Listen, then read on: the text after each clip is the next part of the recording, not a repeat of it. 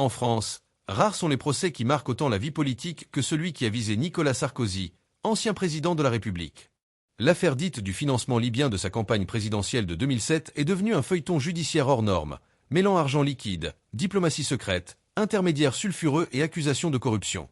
Après des années d'enquête, de rebondissements et d'audiences, la justice française a rendu son verdict. Nicolas Sarkozy a été reconnu coupable d'association de malfaiteurs. C'est un coup de tonnerre dans le paysage politique français.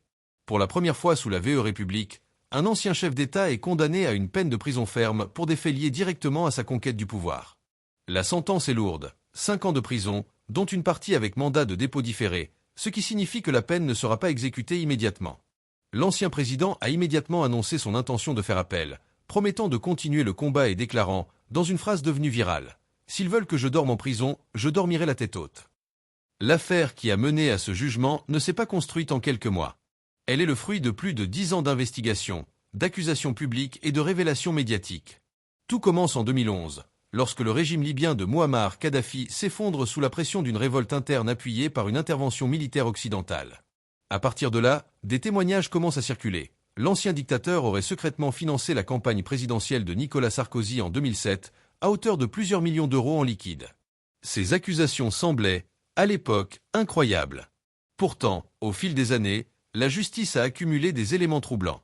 Des intermédiaires, des proches du clan Kadhafi, mais aussi des personnalités françaises, ont évoqué des valises de billets, des transferts occultes et des arrangements politiques. Le dossier s'est épaissi au point de devenir l'une des enquêtes les plus complexes de l'histoire judiciaire française. Lors du procès, qui s'est déroulé sur plusieurs mois, la présidente du tribunal a retenu l'accusation d'association de malfaiteurs à l'encontre de Nicolas Sarkozy. En revanche, il a été relaxé des faits de corruption active et passive qui lui étaient également reprochés. Autrement dit, la justice estime qu'il n'a pas directement manœuvré pour obtenir les fonds, mais qu'il a laissé son entourage agir en ce sens. Ses proches collaborateurs, eux, n'ont pas échappé aux condamnations. Claude Guéant, ancien ministre et directeur de campagne de Nicolas Sarkozy en 2007, a été reconnu coupable et condamné à 6 ans de prison. Une peine lourde, même si elle n'est pas assortie d'un mandat de dépôt immédiat, en raison de son état de santé. Il devra en outre verser une amende de 250 000 euros. Brice Hortefeux, autre proche de l'ancien président et figure centrale de son équipe, a lui aussi été condamné. Il écope de 2 ans de prison, une peine qui pourra être aménagée. Ces condamnations viennent confirmer que ce procès ne visait pas seulement Nicolas Sarkozy, mais tout un réseau politique et financier ayant entouré sa campagne victorieuse. Au cœur du dossier se trouvent aussi plusieurs intermédiaires, personnages clés de cette affaire aux allures de thriller. Alexandre Djouri, homme d'affaires franco-algérien souvent décrit comme l'un des « messagers » entre Paris et Tripoli, a été condamné à 6 ans de prison ferme et à une amende de 3 millions d'euros. Son rôle a été jugé central dans les flux financiers suspects, bien qu'il ait toujours nié les accusations. Ziad Takieddine, autre figure incontournable, a longtemps été considéré comme un témoin explosif. Il avait publiquement affirmé avoir remis des valises d'argent en provenance de la Libye à l'entourage de Nicolas Sarkozy. Mais en 2020, retournement spectaculaire. Il se rétracte, avant de maintenir ses propos initiaux quelques mois plus tard. Son décès, survenu peu avant le jugement, a mis fin à sa responsabilité pénale, mais son nom reste indissociable de l'affaire. L'une des particularités de cette affaire réside dans la nature des preuves. Tout au long du procès, la défense de Nicolas Sarkozy a martelé que les accusations reposaient sur des témoignages changeants, des documents difficiles à authentifier et des suppositions plus que sur des éléments matériels indiscutables. Effectivement, aucune vidéo, aucune photo, aucun enregistrement ne montre l'ancien président recevant de l'argent libyen. Ce sont des recoupements, des transferts financiers suspects, des témoignages d'anciens dignitaires libyens, mais aussi des incohérences dans les déclarations de proches collaborateurs qui ont construit le dossier.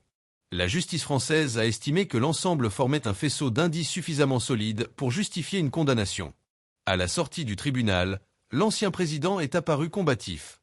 Dans une déclaration solennelle, il a affirmé qu'il assumerait ses responsabilités, mais a dénoncé ce qu'il considère comme une injustice. Pour lui, cette condamnation est le fruit de ses adversaires politiques et de magistrats acharnés à le discréditer.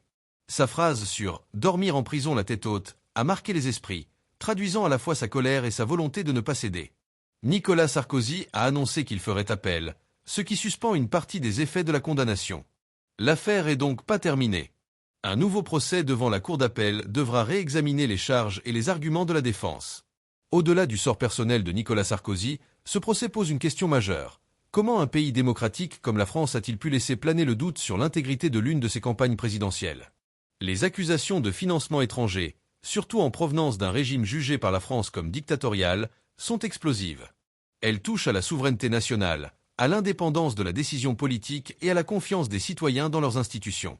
Pour beaucoup d'observateurs, ce verdict est une première étape vers la restauration de la vérité. Mais pour d'autres, il ne fait que renforcer le sentiment de défiance envers la classe politique.